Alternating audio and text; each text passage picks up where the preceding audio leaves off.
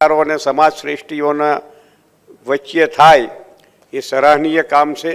TV13 ગુજરાતીના મહાસન્માન પુરસ્કાર કાર્યક્રમમાં આણંદ જિલ્લામાં સામાજિક ક્ષેત્રે અદ્વિતીય સેવાઓ આપનાર શ્રેષ્ઠીઓનું સન્માન કરાયું હતું। તો આ કાર્યક્રમમાં TV13 ગુજરાતીના એડિટર દીપક રાજાણીની આણંદમાં રંગમંચના કલાકારો માટે ટાઉન હોલ બનાવવાની રજૂઆત કરાઈ હતી, જેને કેબિનેટ મંત્રી જીતુ વાઘાણીએ વધાવી લીધી હતી। આમ આણંદ ખાતે ઝડપથી ટાઉન હોલ શરૂ થઈ જાય એ માટે આપણે બધાએ પ્રયાસો કરવા છે।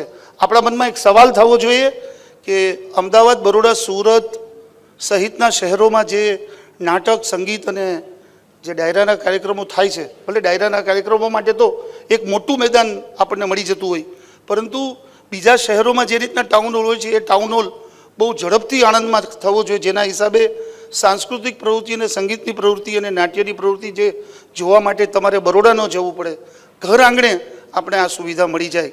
એમ દીપકભાઈ, તમે જે અમને પ્રશ્નો રજૂ કર્યા છે, અહીંયા એક સારો મજાનો હોલ હોય, કારણ કે આ પણ કલા ક્ષેત્રની નગરી છે આણંદ, અમારું ભાવનગર છે એવું નથી। અહીંયા અનેક કલાકારો કે બહારથી રહ્યા છે ને અહીંના છે ને જે અમે સાંભળ્યા છે, મેં, કીર્તિભાઈ, દીપકભાઈ, આપ સૌએ, તો એક માધ્યમ તરીકે એકાગ્ર થવાનું રંગમંચ અહીંયા બને એમના માટેનું તમને ભરોસો હું યોગેશભાઈ, કમલેશભાઈ આપી છીએ કે તમે ઈચ્છો ને એવું બનાવશો। અહીંયા અમે ઈચ્છીએ એવું નહીં, ગામની જે અપેક્ષાઓ હોય એ પ્રમાણેની સમયની માંગ સાથે અહીંયા ખૂબ બધા યુવાનો છે। સ્કાય ધ લિમિટ, તમારા માટેની ઓપોર્ચ્યુનિટીઓ ખૂબ છે।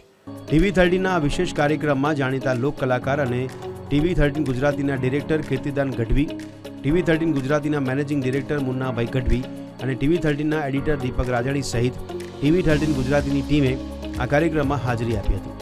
કાર્યક્રમમાં કીર્તિદાન ગઢવીએ મધુર કંઠે સૂર રેલાવી મહેમાનોનું સ્વાગત કર્યું હતું।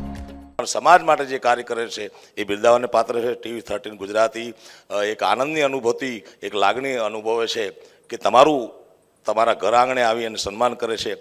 આપ બધાનું હું સ્વાગત કરું છું અને સ્વાગત માટે મારો જે વિષય છે, ચોક પુરાવો માટી રંગાવો आज मेरे पिया घर आवेंगे।